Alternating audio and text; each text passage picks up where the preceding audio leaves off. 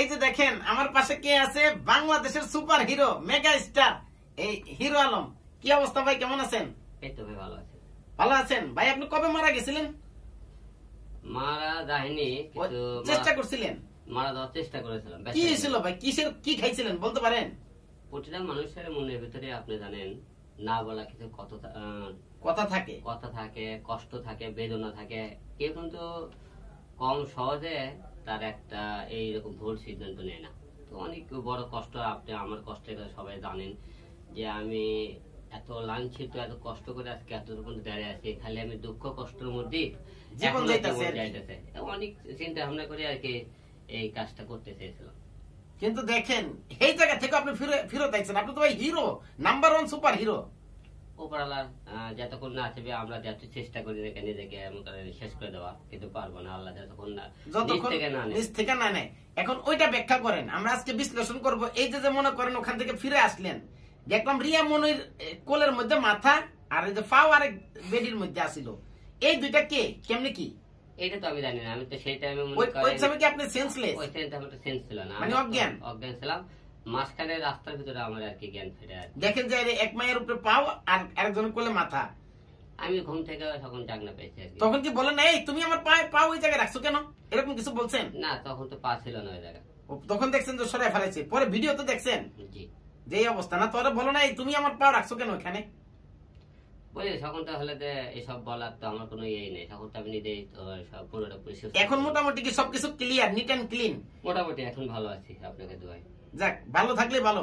এখন সোশ্যাল মিডিয়াতে যে এই এখন তেলে শুনেন, মাঝখানে যখন দেখলাম আপনি সাইডা দিচ্ছেন, তখন কিন্তু আমরা আপা বলা শুরু করছি। কারণ এটা তো বুঝতে পারতেছেন রিয়া মনিরে। আবারও মনে করেন দেখলাম যে এক লোকে যে খাওয়াই দেয়, কত কিছু করে। এখন আবার ভাবি বলবো না কি আপাই বলবো, কোনটা? যেহেতু আগে ভাবি ছিল, এখনো ভাবি আছে। আচ্ছা, ভাবির কাছে অনেক দাবি থাকবে, সেটা পরে যখন তারে পাবো তারে বলবো। এখন কথা হইতেছে রিয়া মনির একটা ছবি সোশ্যাল মিডিয়াতে দেখতেছি, এক জায়গায় দেখাইতেছে একটা কোরিয়ানদের মতো দেখা যাইতেছে, আরেক জায়গায় একটু কালো। ভাই আপনি তো জানেন, সারা জীবন ছিলেন তার সাথে, সত্যি করে বলেন তো আসলে কি এরকম কোরিয়ান নাকি একটু কালো? আসলে রিয়া মনি শ্যামা শ্যামবর্ণ, মানে তাহলে আমি তার চাইতে উজ্জ্বল ফর্সা, আমিও তার চাইতে ফর্সা আর কি। আসলে অনেকে তো চেহারা দেখে তাদের মনে করেন বিবেচনা করে না। আমি রিয়া মনি চেহারা দেখে ভালোবাসিনি, অবশ্যই রিয়াল ভালোবেসেছিলাম। এই জন্য তো আপনি একটা স্টেপ নিছিলেন, খারাপ স্টেপ। সে হয়তো আমাকে তার চলাফেরা সবকিছু বুঝতে পারছেন। সে হয়তো অতটা আমাকে ভালোবাসে না, আমি যতটুকু জানি। কিন্তু আমি তাকে ভালোবেসে যাবো। কারণ একটা মেয়ে যদি কোনো পুরুষকে ভালোবাসে, তাকে ভালোবাসতো, সে যত কষ্টই হোক, সে কোনোদিন পর পুরুষ নিয়ে সে চলাফেরা করতো না। না, এটা জীবনেও না। ক্যাসেল বন্ধ করলে সে কিন্তু কোনোদিন কিন্তু ভিডিও বানাইতো না। তাতেই বোঝা যায় যে একটা লোক ক্যাসেল বন্ধ 6 মাস 15 দিন দূরে থাকবে, সে আলাদা নিজেকে আমাকে কাছে পাওয়ার জন্য সে মনে করেন ছটফট করবে, আমার কাছে আসার চেষ্টা করবে। কিন্তু আমার কাছ থেকে যাওয়ার পরে সেই জিনিসটা সে করেনি, মানে ফিল্টার তার আসে নাই না, যে আমাকে সে কাছে ফিরে আনার চেষ্টা করেছে, আমার কাছে যাওয়ার চেষ্টা করছে, তা না করে সে মনে করেন মুজ মাস্তি এসব নিয়ে খুব ব্যস্ত ছিল। এখন এই যে মনে করেন যখন বাবিরে ছেড়ে দিছিলেন, তাই না, তখন কিন্তু আমরা সবাই মনে করেন আপনার একটা প্রশংসা ভাষায় ফেলাইছিলাম যে বাবার প্রতি কত ভালোবাসা। তো সেই জায়গাটা কি আবার একটু চেঞ্জ হয়ে গেল না, কিরকম জানি? আসলে আমরা দিন শেষে কি আসলে ভালোবাসার জন্য অনেক কিছু ভুলে যাইতে হয় না। বাবার উপর সে অন্যায় করেছে, অত্যাচার করেছে, সেটা দেশবাসীর কাছে সে ক্ষমা চেয়েছে যে আমি ভুল করেছি। যেহেতু সে ভুল স্বীকার করেছে, সেটাকে তার আমি এই নিয়ে কিছু আর বলিনি। মানে এই জন্য তাকে একটু ক্ষমা সুন্দর দৃষ্টিতে দেখছেন, তাই তো? এখন কথা হইতাছে ভাই শুনেন, আপনি যে কোন কবিরাজের কাছে গেছিলেন একটু বলেন তো? কবিরাজ মানে এই যে মায়েরা যে পাগল হয়ে যায় আপনার, মানে এটা তাবিজ করেন নাকি একটু বলবেন?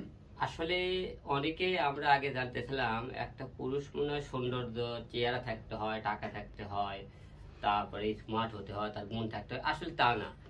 একটা মেয়ে একটা ছেলেকে তার চলাফেরা, কথা, ব্যবহারে অনেক কিছুতে তাকে ভালো লাগায় বলে কিন্তু আজকে অনেক দেখেন মেয়ে আমাদের নিয়ে, সে আমাদের প্রেম করতে চায়, আমাকে বিয়ে করতে চায়, অনেকে আমাকে অনেক অফার করে, দেশের বাইরে নিয়ে যেতে চায়।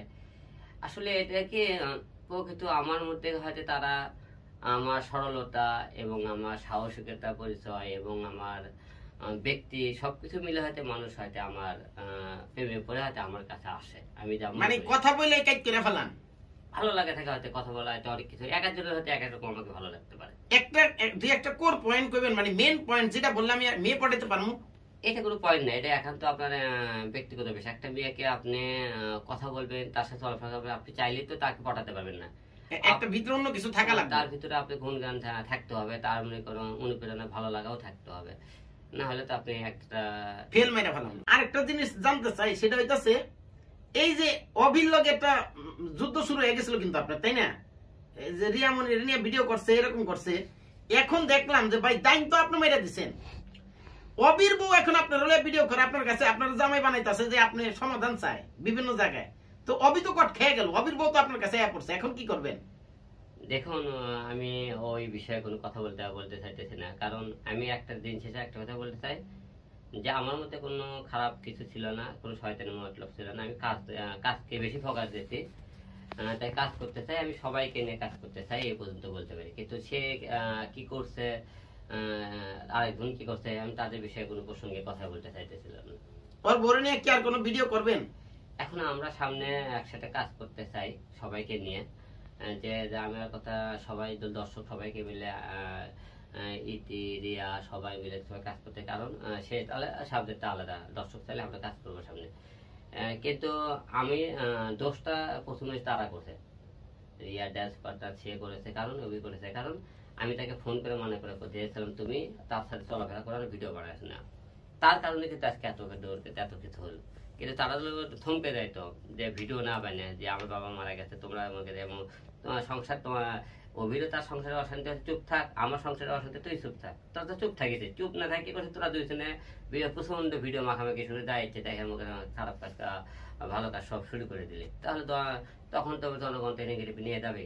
তা সংসারটা ভাঙ্গার পেছনে আজকে এত সম্মান হানের পেছনে এই জন্য রিয়া আর অভি যায়। আপনি কি মনে করেন যে এই যে এত কিছু ঘটে গেল, এতে কি মনে হয় হিরো আলমের যে আগের যে একটা অবস্থান ছিল, সেটা তো মানুষের একটা ভালোবাসা ছিল, তাই না? হয়তো যে একটু উল্টাপাল্টা কথা বলতো, এখন এই ঘটনাগুলোর পরে কি আপনার মানে ইয়াটা একটু কমলো নাকি?